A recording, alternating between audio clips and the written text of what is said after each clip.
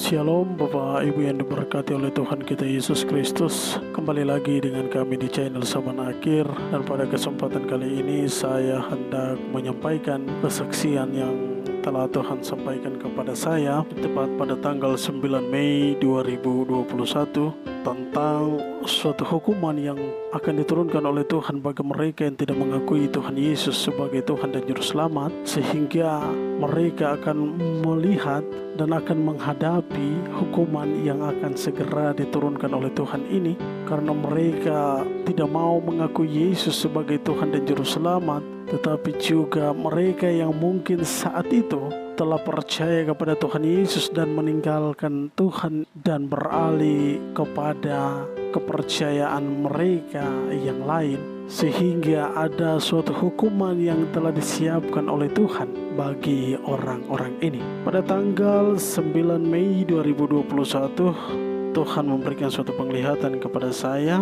mana saya dibawa oleh Tuhan untuk melihat ada banyak orang yang nanti pada akhirnya mereka akan menyangkal Yesus sebagai Tuhan dan Juru Selamat. Saya pun tidak tahu apakah itu yang saat ini terjadi, karena sebagian besar manusia telah menerima apa yang diberikan dalam kehidupan mereka hari-hari ini, sehingga mereka dengan leluasa menerima apa yang direncanakan oleh dunia.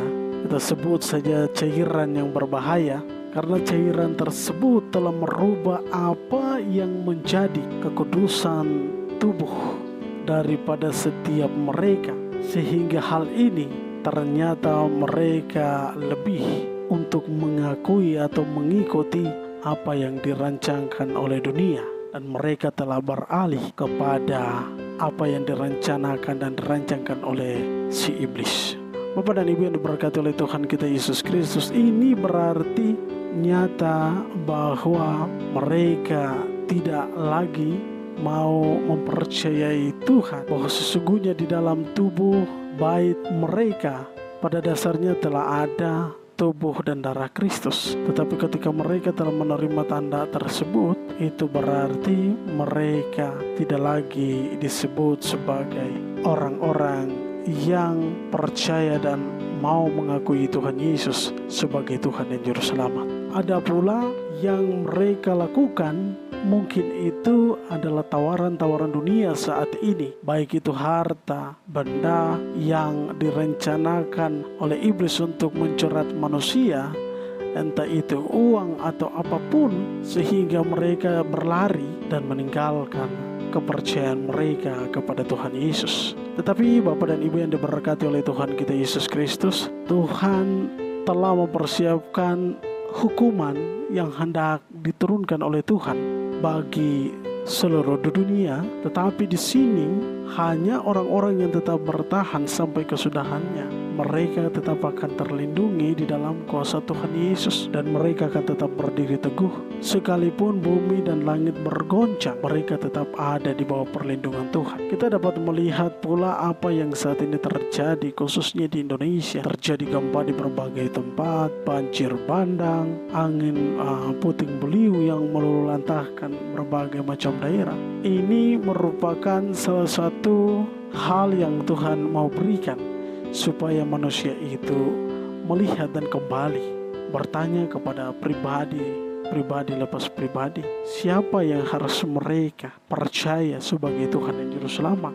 Dan juga mereka harus melihat sudah sejauh mana mereka melangkah ketika keadaan ini harus menimpa kita sebagai orang-orang yang kurang percaya ataupun yang tidak percaya sama sekali kepada Tuhan, ataupun yang berbalik daripada jalan Tuhan, sehingga kesempatan yang Tuhan berikan hari ini sesegera mungkin kembali.